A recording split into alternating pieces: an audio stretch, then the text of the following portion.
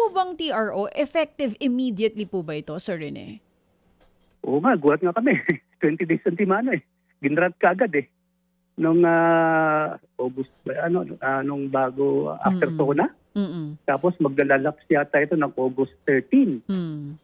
So, pektado kagad yung implementation, dapat effective June 26, 25, ganyan. So yun, nawalaan kagad ng 60 pesos sa mga manggagawa. Maliit na nga yung aumento pero baga na-snatch pa ng TRO. So, ibig sabihin, yun na ipatupad na nauna sa kanila na yun. Pero for this month, kapag naging effective na itong TRO, wala, balik po sa dati yung sweldo ng mga manggagawa. Kasama kasi yun sa aming petition na dapat i-lift yung TRO tapos automatic na implement yung wage order dun sa kanyang effectivity date. Pero hanggang walang lift order na inilalabas po, yun ang mangyayari. Itong inilabas po na din. Maghihintay tayo.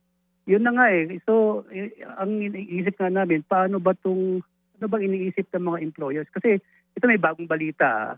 Meron na naman nag-file sa RTC na votas, yung Federation of Fishing Industries. Ganon din, declaratory relief, ginawang civil case, yung usapin sa sweldo. So, nag-file naman sila ng TRO din, injunction, at may hearing sa August 6 sa RTC na votas. So, ang tingin namin parang meron ng systematic na na atake dito ang mga employers para alisin sa Regional Wage Board at NWPC yung process of fixing wages. Na kung saan kasama naman yung representative nila na nag-decide doon sa mga sa proseso na ginawang labor consultation, public hearing, meron silang representative sa Regional Tripartite Wages and Productivity Board ng NCR. Yun so po, yun ang ginagawa nila ngayon. Yung sinasabi nyo na bagong petitioners na nag-file, aside po dito sa May Pasig RTC, construction companies kasi ito eh. Anong kumpanya po yung nag-file dito sa Navotas? Federation of Fishing Industries.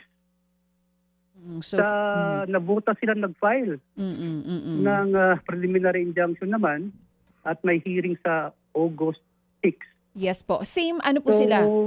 Yes, Sir Rene. Yun pong argument nitong dalawang construction companies na nag-file ng petition, same din po dito sa argument? Declaratory relief din. Na parang sinasabi na dito sa RTC, sinasabi nila, dahil construction firm daw sila, ay meron na silang kontrata sa kanilang kliyente. So nag-increase ang sweldo, napektuhan yung kontrata nila, maludugi sila. Pero pag tinignan mo maigi itong mga construction firms ito, quadruple A contractors to eh.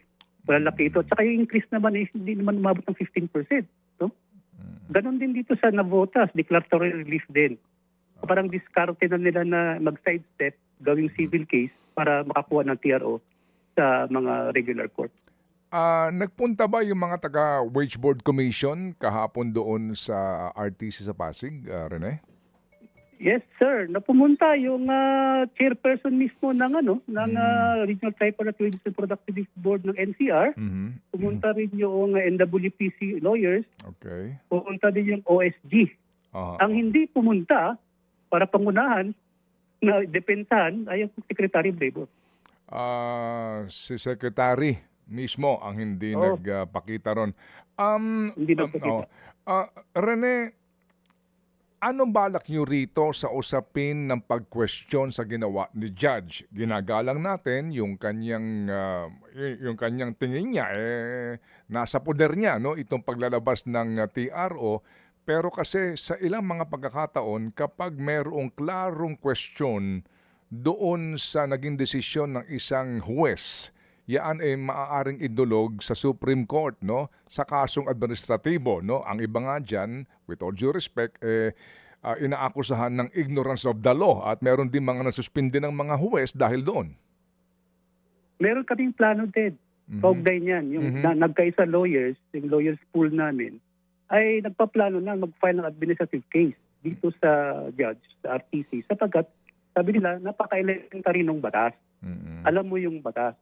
So, ka pa rin, wala kang jurisdiction, inaktuhan mo pa rin. Samantalang, meron namang processes kung merong aggrieved party, baklaro din sa batas, Article 123. Mm-mm. So yun, pinaplano na namin Ted, na mag-file administrative case.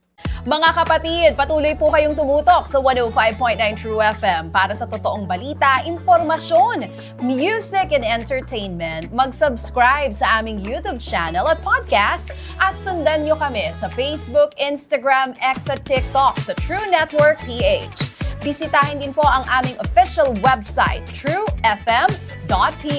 At panoorin din kami sa True TV Signal, Channel 19. Kami po ang 105.9 True FM. Laging true sa'yo, kapatid.